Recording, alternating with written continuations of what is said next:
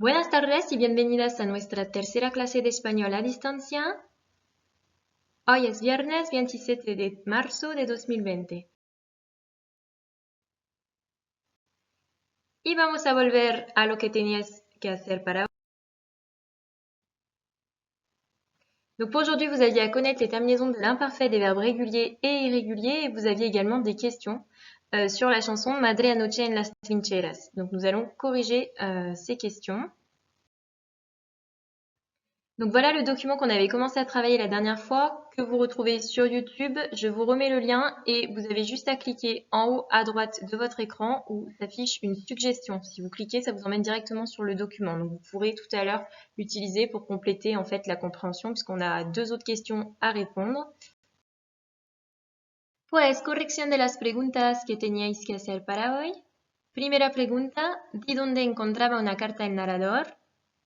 El narrador de la canción encontraba la carta ensangrentada en el suelo. Donc ici, on a utilisé le verbe encontrar, qui veut dire trouver, et on l'a conjugué à l'imparfait. Je vous rappelle les terminaisons à l'imparfait des verbes en AR, aba, abas, aba, abamos, abais, aban. Donc ici, on vous explique tout simplement, le narrateur de la chanson trouvait la carte, ou plus exactement la lettre, ensanglantée par terre ou au sol. Suelo, c'est le sol. Segunda pregunta, ¿a quién se dirigía la carta? Moi, j'ai reprécisé également qui en était l'auteur de cette lettre. Donc, pas uniquement qui en était le destinataire, mais bien l'auteur. Alors, la carta era la de un paracaidista de la octava compañía que se dirigía a su madre. Donc, la lettre est celle d'un parachutiste de la 8e compagnie qui s'adressait à sa mère. Donc, juste une petite chose, la de, que vous avez dans la phrase, la carta era la de, ici, ça signifie la lettre était celle de. Sous-entendu en espagnol, la carta era la carta de un paracaidista. On ne répète pas le mot, donc pour dire celle de, on utilisera la de. Si on avait voulu dire celui de, on aurait dit el de. Donc voilà pour cette partie-là. Tercera pregunta, alors la question n'était pas du tout pertinente après réflexion, donc vous ne pouviez pas vraiment y répondre.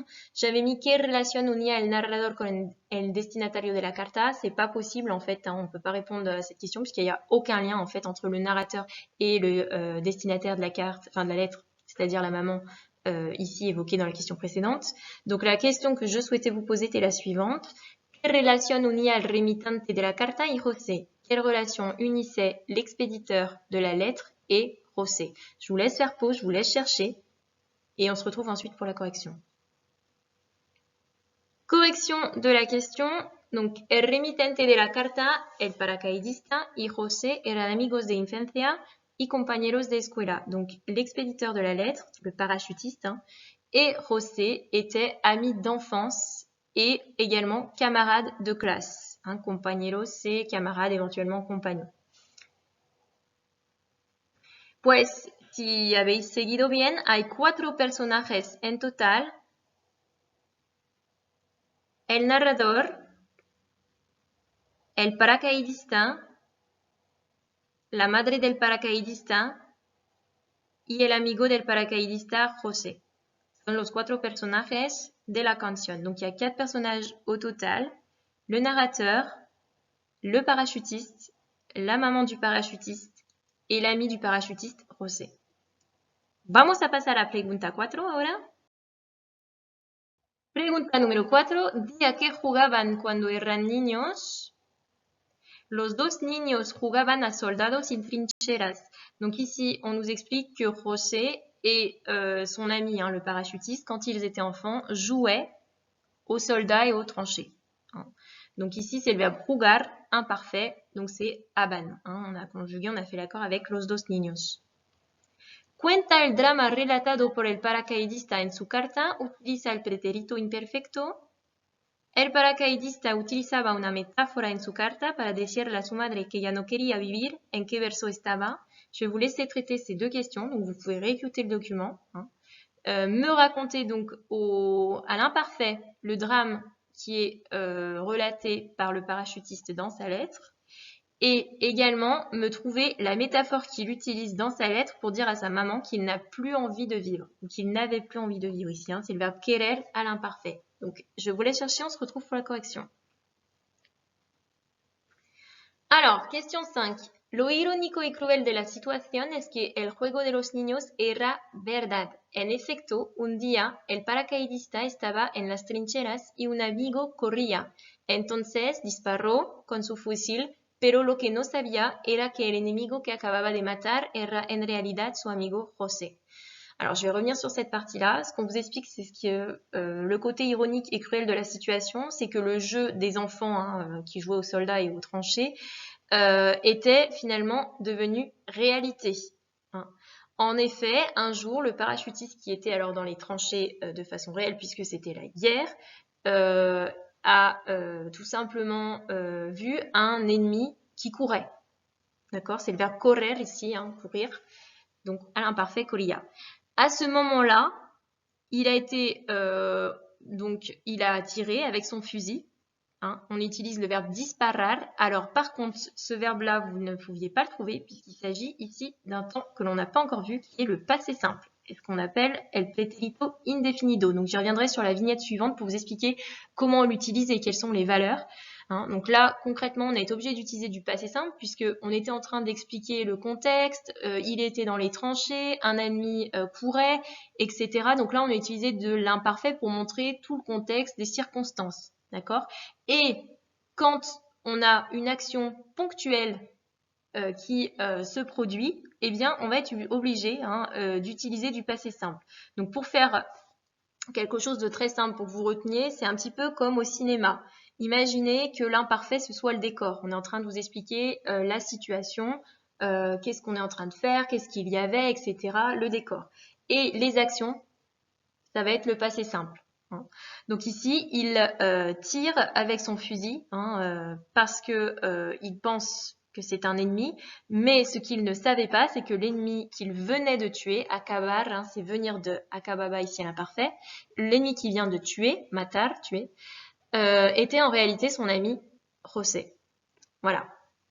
Alors, pour la question 6, la métaphore qu'il fallait trouver était la suivante. La métaphora era, madre si vuelvo a escribir, tal vez sea desde el cielo donde encontraré a José. Donc cette métaphore, en fait, donc petite chose quand même, dans les paroles que j'ai pu vous donner, il y avait une petite erreur, c'était pas vuelo mais vuelvo, du verbe volver, revenir.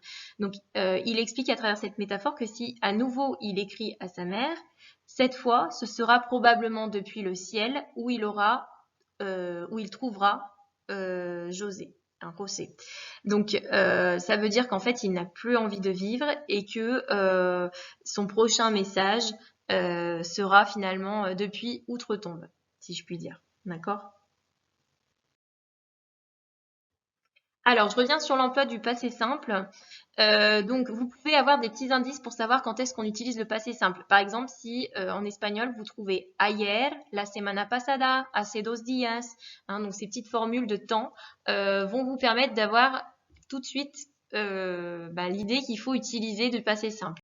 Donc, hier, ayer, la semana pasada, la semaine passée, hace 2 días, il y a 2 jours. Donc, pour parler en fait d'une action passée et complètement terminée, on utilisera le passé simple. On utilise beaucoup plus le passé simple en espagnol qu'en français. Là, à chaque fois où vous allez utiliser en fait du passé composé en français pour dire j'ai fait ça hier, j'ai été faire telle action, on utilisera plutôt du passé simple, nous, en espagnol. Donc, au niveau de sa construction, eh bien, il y a toujours nos 3 groupes AR, ER, IR et donc, les terminaisons sont les suivantes. Donc, pour les verbes en AR, ça sera aste, o, amos, asteis, arron. Pour les verbes en ER et IR, c'est les mêmes terminaisons. I, iste, io, imos, isteis, hierron. Alors, plusieurs choses que vous remarquez, c'est que déjà, on a des accents pour la première et la troisième personne du singulier. Donc, que ce soit et, i, il y a un accent pour je. Et pour la troisième personne du singulier, pour elle et yaousted, eh bien, on a également un accent, donc O pour les verbes en AR avec accent, et IO, un accent sur le O pour les verbes en ER et IR. Qu'est-ce que ça change? C'est très important de mettre les accents, puisque si vous ne mettez pas l'accent, on peut croire qu'il s'agit du présent. Par exemple, hablo, si vous ne mettez pas l'accent, on peut croire que c'est je parle. hein, au présent. Donc attention à ça. Et si vous mettez habler sans accent, on peut également penser que c'est du subjonctif du verbe hablar. Donc faites très attention à vos accents. Donc voilà pour les verbes réguliers, les terminaisons. Alors il y a pas mal de verbes irréguliers, on les verra plus tard. Je vous demande déjà de connaître ces terminaisons-là. Pour les devoirs, donc lundi 30 mars, je vais vous demander de vous entraîner en faisant des exercices sur les deux temps qu'on a vus, donc à savoir imparfait et passé simple. Donc c'est sur Espagnol Facile, c'est en ligne, donc vous pouvez aller les faire directement, vous cliquez sur les liens. Donc moi, je vous mettrai les liens sur le blog, je vous mettrai les liens sur le NT. Vous cliquez, vous mettez vos réponses et en fait après vous pouvez faire correction, ça vous affichera la correction. Donc voilà pour les deux exercices. Vous les retrouvez également parce que j'ai fait des imprimés écran, donc je vais vous les mettre. Il faut utiliser l'imparfait. Donc voilà, vous avez 10 phrases à compléter, donc vous utilisez l'imparfait. Si vous préférez les faire directement sur votre cahier, vous pouvez les faire sur votre cahier, hein, c'est pas forcément les faire en ligne. De toute façon, moi je ferai la correction quoi qu'il arrive pour la séance prochaine. Le deuxième exercice, c'est cette fois utiliser le passé simple. Voilà. Et on vous a précisé donc sur le site que vous pouviez mettre les caractères accentués, hein, E, I, O. Mettez-les parce que sinon l'exercice vous comptera faux. Voilà, os digo hasta lunes y buen fin de semana a todos y a todas. Adiós.